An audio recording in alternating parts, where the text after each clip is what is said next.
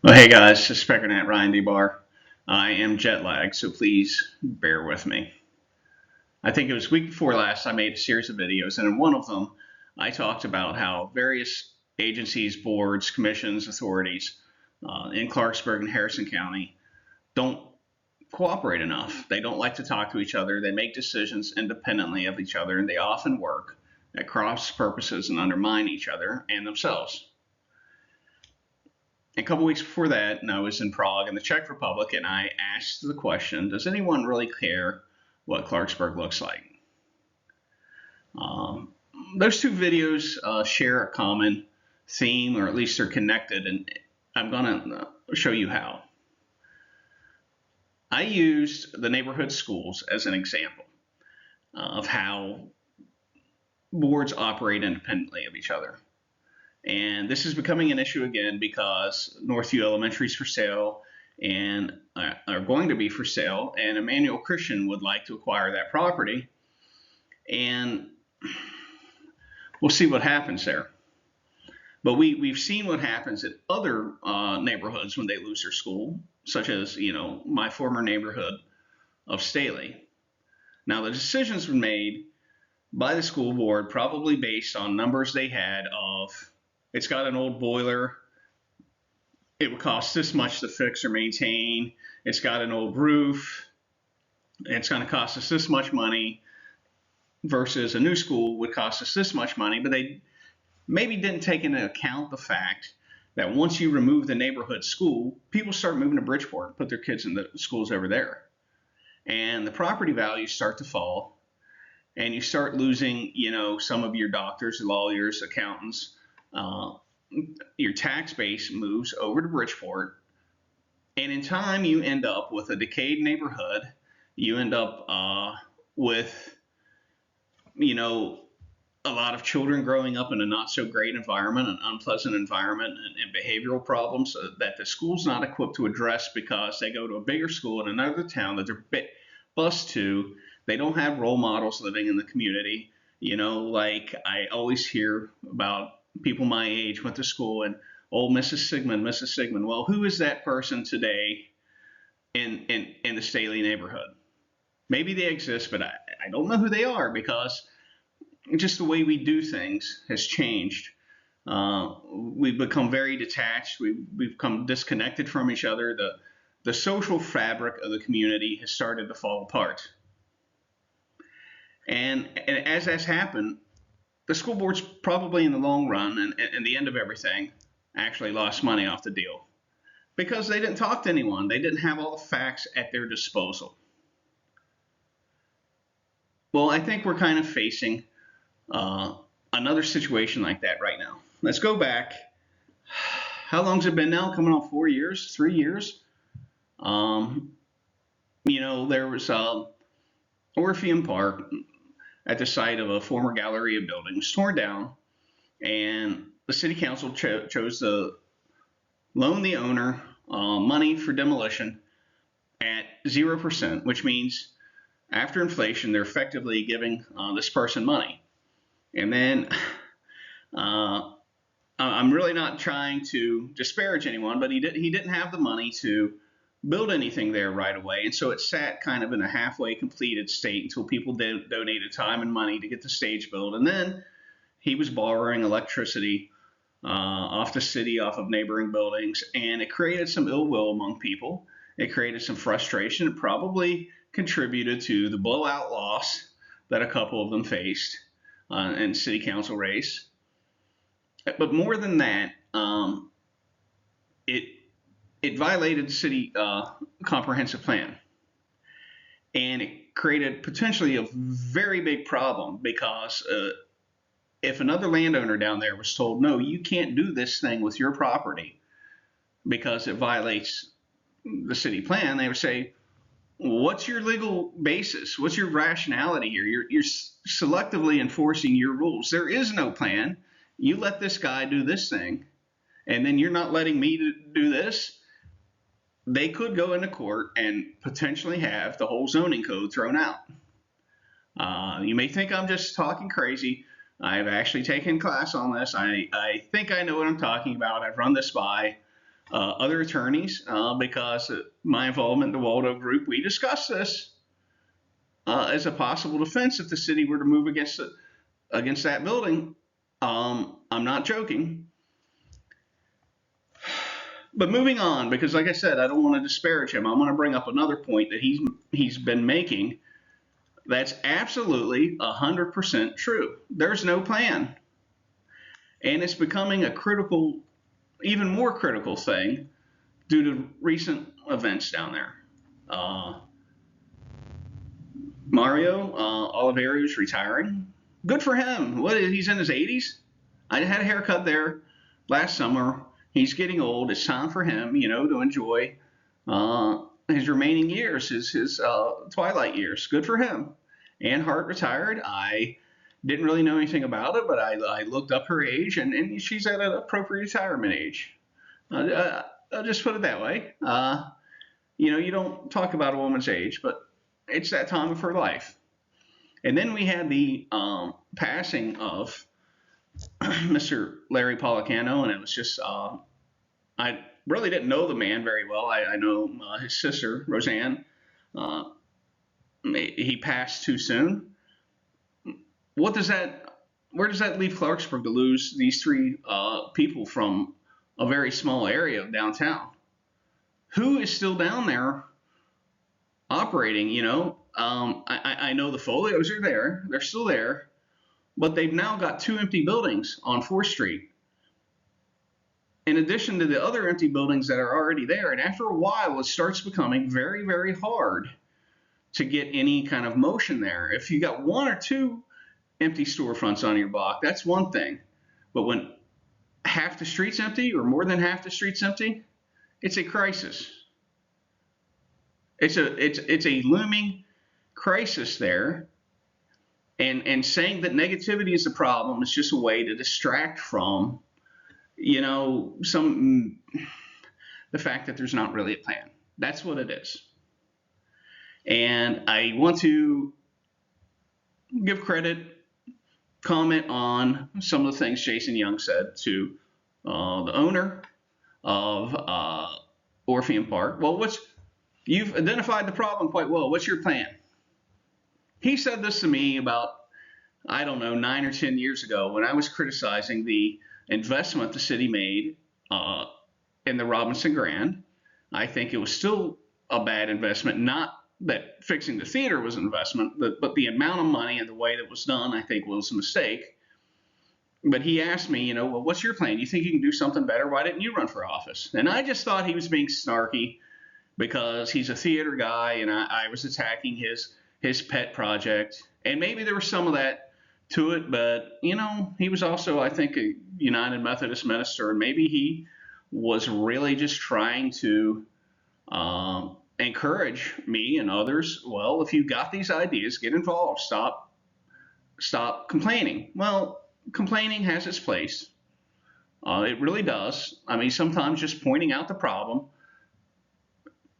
is a big start. But we do need some ideas down there. And I actually have some ideas I'll put forward out there. I've done this before, but maybe it's time to revisit it. I want to back up a little bit and talk about lack of planning and coordination in that area in Orpheum Park specifically. The contract between the city and the landowner grants the city a right-of-way for a footpath from Main Street to Traders Avenue. If you go there right now, it's a gravel footpath in the premier block of downtown Clarksburg. If they had planned this properly, the city would have either agreed to pave that footpath themselves or require the landowner to pave the footpath, because gravel in that environment is just not appropriate. If nothing else, because when it rains, some of that gravel goes in the storm sewers, and our storm sewers are plugged up.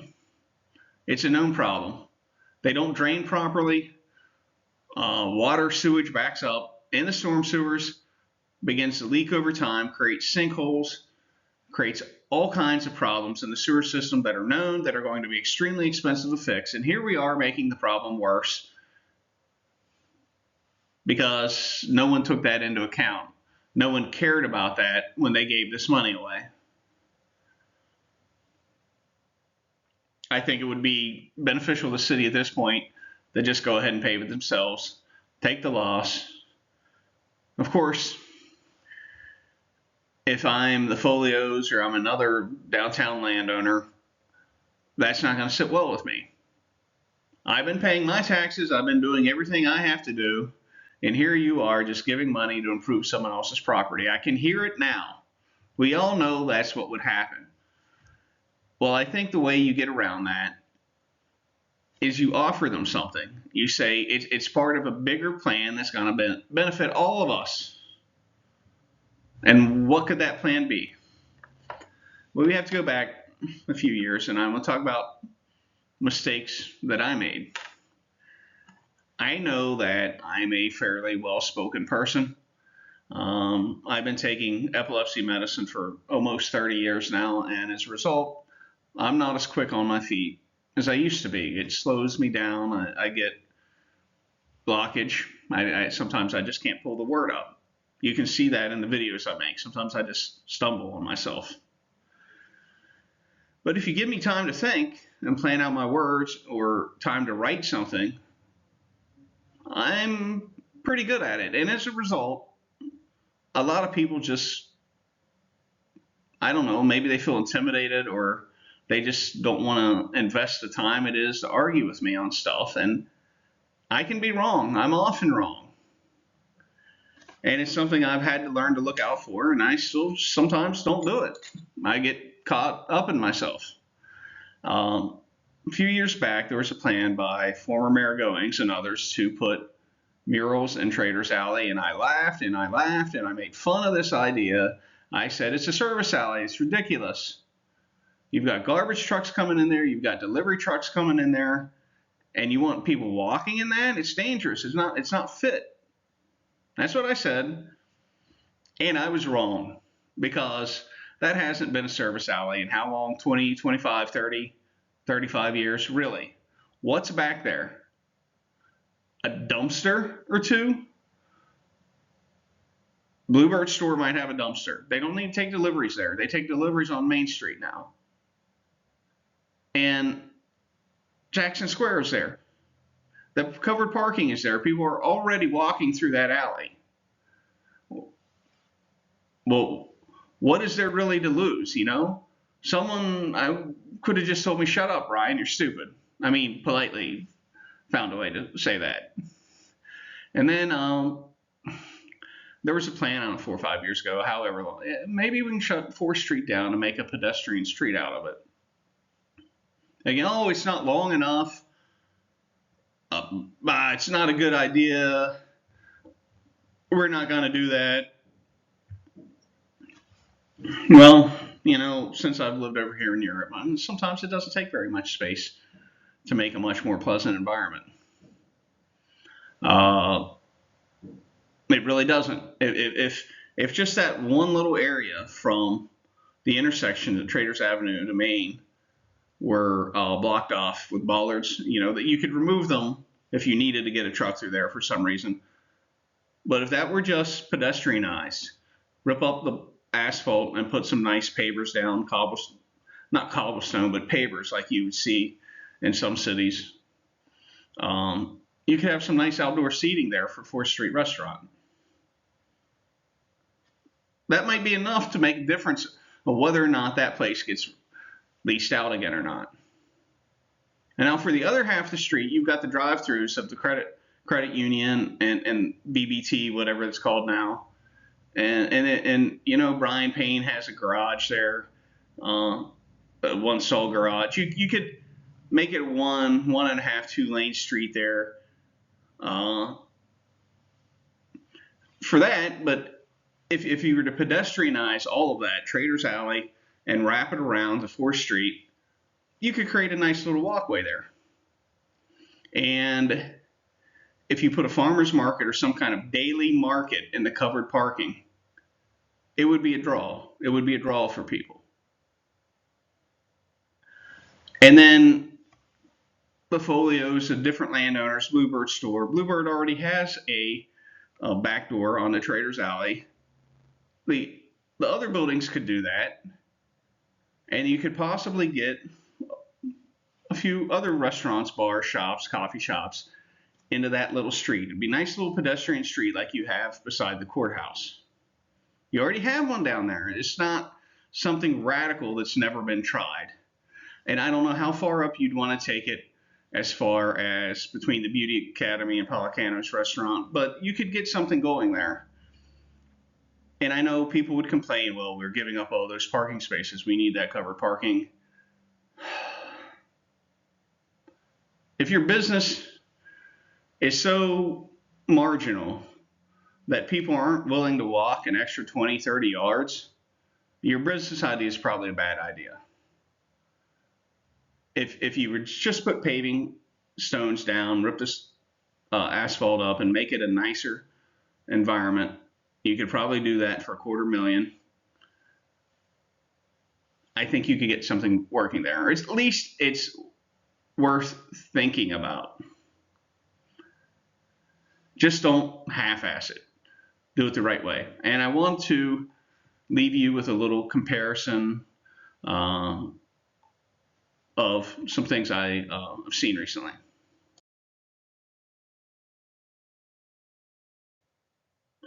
This is a comparison of two streets. They're both shopping streets. One has palm trees and modern steel big box construction, and the other has deciduous trees and more traditional style construction. I don't actually know how old the buildings are on the picture with Christmas lights. I wouldn't be surprised if they date back to the 1700s. I also wouldn't be surprised if they're iron or steel frame buildings that are 120 years old. But both of them are fairly narrow streets. They give access to the car, but are primarily focused on the ability to walk around. And both of them have higher end stores. You'll notice the one picture, I don't know if you can read it, it says Gucci. Behind me in that picture, as I took that picture, was Versace, and then on down the way a little ways, Hugo Boss. The other picture on the traditional style neighborhood, I think Cartier Jewelers was on my right, but you also had Gucci, Versace, Hugo Boss, other, higher end stores. Let's add to the comparison.